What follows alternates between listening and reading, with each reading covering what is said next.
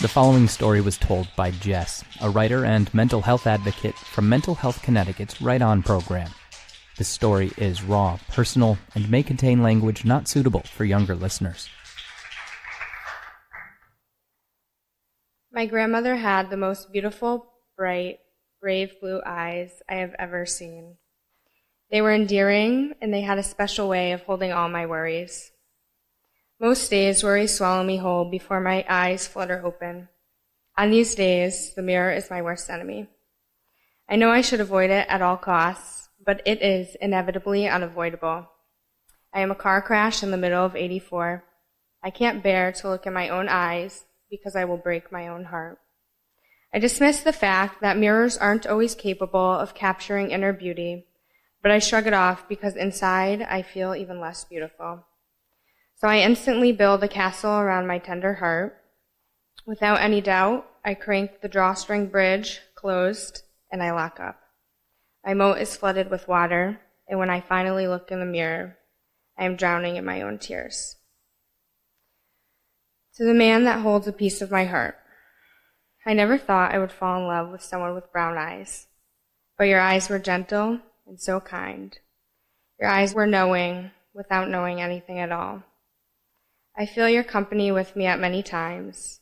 Do you have any idea how I carry you with me? We shared pure bliss in our time together. Remember those moments where the world stopped beneath our feet, and for just a fraction in time, only we existed, and in my heart I knew everything was going to be okay. On the good days, I attempt solitude in a familiar place, only to be joined by your presence. I feel when you are having a bad day. Not just a bad day, though. I know when you are blue. I know when you are gray. I know when you are black. Right now, you are pitch black. You do not want to be seen by me, but I feel you anyways. Your struggle sits heavy in my heart like it is my own, yet there is nothing I can do about it. Your moods are my moods. I so desperately want to escape this maze, but I am in too deep. You fluttered life into my limp body. You brought rosebuds back to my cheeks. You were so nourishing. Now you're depleting. You were once a safe haven. Now you are a storm waiting to destroy me. You radiated pure warmth, the kind that instantly fills the whole body. But now you are cold, the kind of chill that runs up your spine. You are a soulmate, my first experience of true unconditional love. Now you are a trap I avoid. I still love you. So I am left wondering at what point I became too much for you. When did you decide that I was a liability? I flip through a timeline of our memories and try to recall where it went wrong. There's the time that we met in high school. I was with my girlfriends talking about whatever girls talk about in high school when I got a glimpse of you.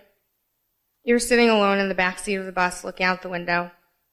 In mid-conversation with my girlfriends, like a magnet, I got up and sat down next to you. Neither of us said anything. We exchanged a brief look. I put my head on your shoulder, and the rest was history. I keep scrolling through my memory bank, and I arrive at the time in college. I woke up one fresh spring morning. I felt the sun on my face, and I drove to your house in Rhode Island without calling you. It was a very spontaneous move on my part, but I ended up staying for 3 days. We spent all of our time by the ocean. Life was so simple, and we let the waves hold our worries. Back to the drawing board, I recall one of our most recent times together. The time I was vulnerable enough to let you look through my journal, and you happened to land on the page where I wrote in a frenzy about the time I tried to kill myself. And on that page, you got a glimpse of my crippling depression, my paralyzing anxiety, my unjustified paranoia. You saw how fucked up my family is, and how as at such a loss, I relied heavily on alcohol, sex, and drugs to fill the holes. You saw for the first time how truly broken I was. I was vulnerable that night, and it was not like me to be so transparent, raw, and genuine. It felt liberating. But very shortly after this discovery, you stopped talking to me with no real explanation. I don't think this was a coincidence. So I have to think to myself, maybe you were right. I might actually be too much for you. I show up big in this world, and that is who I am. I'm a free spirit, and I have a never-ending itch for adventure and thrill. I am nurturing in my nature. I'm filled with loving kindness for all beings. I have planted and nourished deep roots that keep me grounded. I am independent, a lone wolf that follows the beat of my own heart. I am slowly learning to love all that I am and all that I have to offer. I feel whole. So my mental illness and we will be fine without you.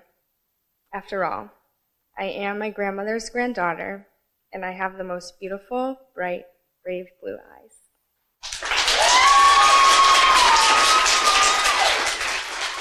Jess's story was recorded in front of a live audience at CT Improv's Theater in Hartford, Connecticut.